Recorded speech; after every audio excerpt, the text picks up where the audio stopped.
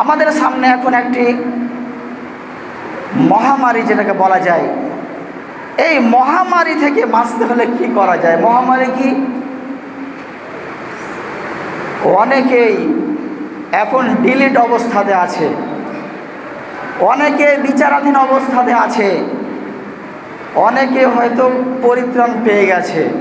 তিনটা কোয়ালিটি। একটা ডিলেট মানে মরে গেছে, বাদ। ডিলেট মানে মরে যাওয়া, ডিলেট মানে বাদ।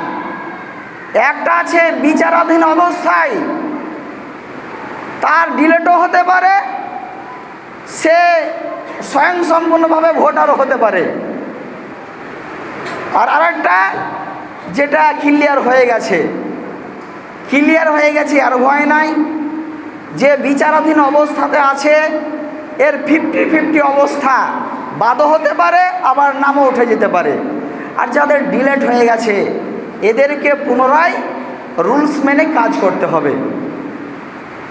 তো আমরা এখন সকলে ব্যতিব্যস্ত হয়ে আছি। যাদের নাম ডিলেট হয়নি ওরা তো ভালো অবস্থাতে আছে, ওদের কোনো টেনশন নাই। ওরা এখন বলছে যারা ডিলেট হয়ে গেছে ওরা বুঝুক।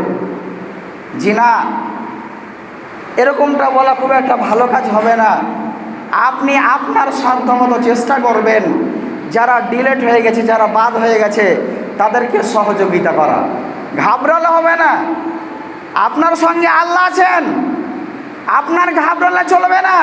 মহান আল্লাহ রাব্বুল আলামিন বলছেন, ওয়ালা তাহিনু ওয়ালা তাহজানু ওয়া আনতুমুল আলাউনা ইন কুনতুম মুমিনিন।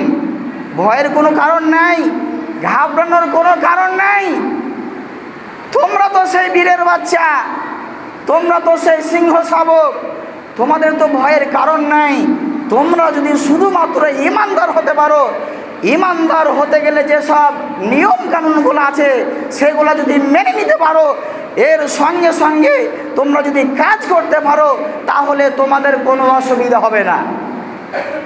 আপনার সামনে বিপদ এসছে, আপনার সামনে বালা মুসিবত এসছে, আপনি ঘরের কোণাতে বসে তসবিহ করছেন সুবহানাল্লাহ আলহামদুলিল্লাহ আল্লাহু আকবার, আর আপনার বিপদ ঘনিয়ে আসছে, এরকমটা করলে হবে না।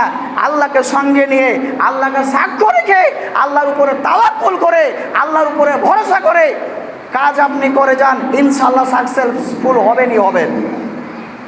কিন্তু আল্লাহকে সঙ্গে নিয়ে করতে হবে। আল্লাহ কি নেমে আসবে এরকম সঙ্গে নিয়ে? জি না।